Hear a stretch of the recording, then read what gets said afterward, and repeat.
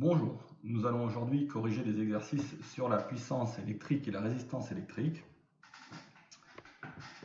Alors commençons par l'exercice 1. Un conducteur de résistance 47 ohms est traversé par un courant de 0,12 A. Question 1. Calculer la tension à ces bornes.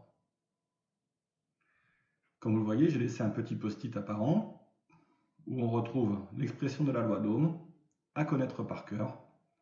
U, la tension, est égale à R fois I, le produit de la résistance R exprimée en ohms par l'intensité I exprimée en ampères.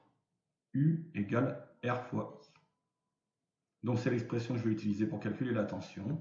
Tout simplement, on va écrire U égale R fois I, c'est-à-dire 47 fois 0,12. Ce qui nous fait tout simplement 5,64 volts. Très important, ne pas oublier l'unité.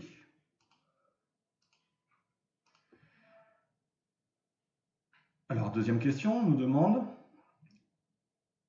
que vaut l'intensité qui traverse cette résistance lorsqu'on double la tension.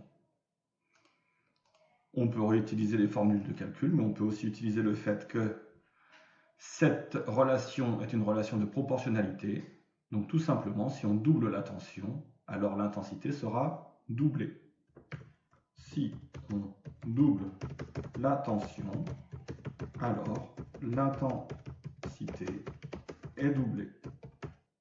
Donc, I égale 0,12 fois 2 égale 0,24 ampères.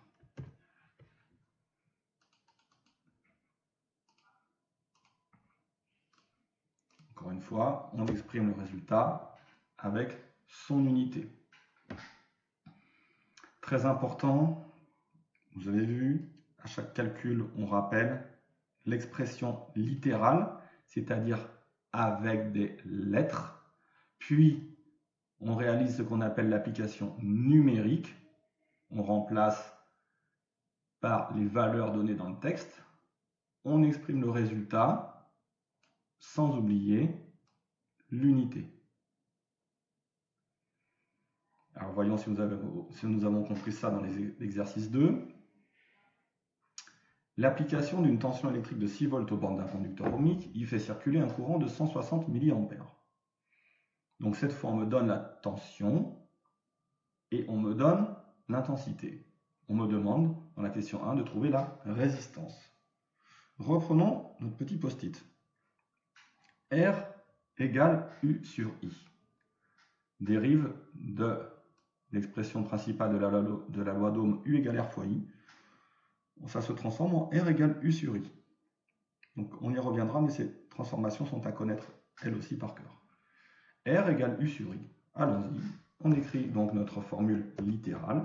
R égale U sur I est égal à 6 volts divisé par A. Attention, nous avons le courant qui est donné en milliampères. Il faut donc le transformer en ampères. Alors, I égale 160 milliampères. Milliampères. Milliampères, on retrouve le son 1000, le préfixe 1000. Donc on va diviser 160 par 1000. Le milliampère est 1000 fois plus petit que l'ampère. Ou, pour certains qui sont plus à l'aise, décaler la virgule de 3 rangs vers la gauche. On obtiendra donc 0,160 ampères. On revient à notre calcul. R égale 6 divisé par 0,160. Application à la calculatrice, 37,5 ohms. 37,5 ohms. Retour sur cette unité un peu spéciale, dont le symbole est une lettre grecque, le oméga. Ça y est, on a trouvé la valeur donc de notre résistance. Quelle puissance électrique consomme ce conducteur ohmique? puissance électrique. Oh, trou de mémoire, je reprends mon petit post-it. Puissance P est égale à U fois I. Très bien. P égale U fois I. Même si je n'ai pas répondu à la question 1, je peux quand même répondre à la question 2, puisqu'elles sont indépendantes. 6 fois, je reprends la valeur en ampères et pas en milliampères, 0, j'enlève le ampère, 6 fois 0,160, ce qui nous fait 0,96 unités les watts. Formule littérale, application numérique, résultat avec l'unité.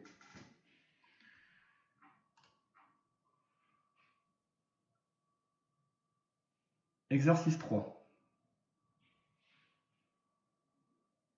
Une lampe porte les indications 6 volts, 1 watt. Donnez la signification de chacune de ces indications.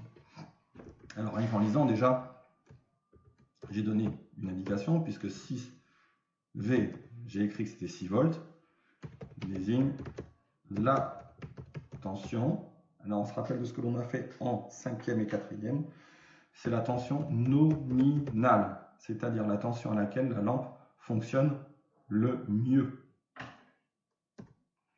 1 watt désigne la puissance, là encore nominale, c'est-à-dire la puissance qu'elle consomme lorsqu'elle fonctionne dans des conditions optimales, dans des conditions normales.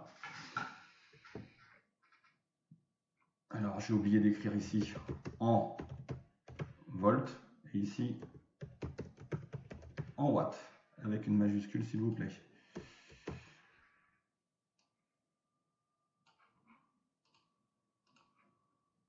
Alors, calculer l'intensité du courant qui traverse la lampe quand elle fonctionne normalement.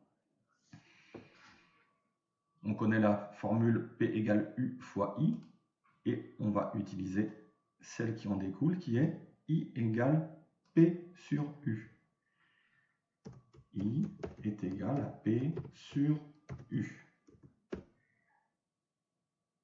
1 divisé par 6. On prend la calculatrice. 1 divisé par 6. Cela nous fait 0, alors on ne nous a pas demandé l'arrondi, on va prendre 3 chiffres après la virgule, on va dire 0,167 ampères. En condition d'examen, l'arrondi vous sera spécifié. On reprend I égale P sur U, la formule littérale, 1 sur 6, l'application numérique, 0,167 ampères, le résultat avec son unité. Quelle est la valeur de sa résistance en fonctionnement normal, filament à chaud? C'est-à-dire qu'une fois que la lampe s'est éclairée et a chauffé quelques instants. Je ne reprends pas mon post-it, je connais la formule par cœur.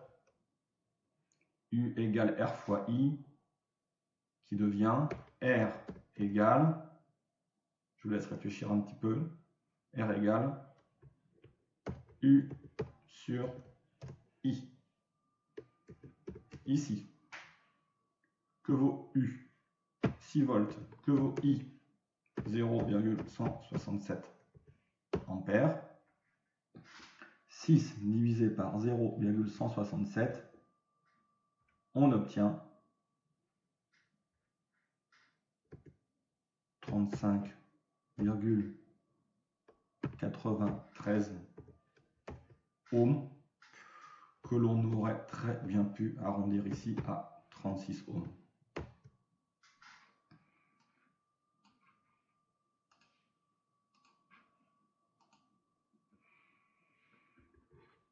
Avec un ohmmètre, la résistance mesurée n'est que de 8 ohms, filament à froid car la lampe ne brille pas. Comment varie la résistance de cette lampe avec la température? Si on est passé de 8 ohms à 36 ohms, cela signifie que la résistance électrique augmente lorsque le filament chauffe.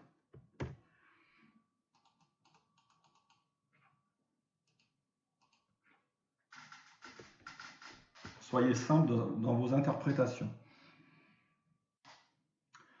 Dans l'exercice 4, on nous demande de tracer la caractéristique intensité-tension d'un conducteur ohmique, c'est-à-dire une résistance électrique. Alors, on nous donne un tableau de valeurs, U en volts et I, l'intensité en milliampères. Alors, nous connaissons déjà la loi d'Ohm qui s'exprime U égale R fois I. Donc, contrairement à ce que propose le tableau, on va mettre U en ordonnée et I en abscisse.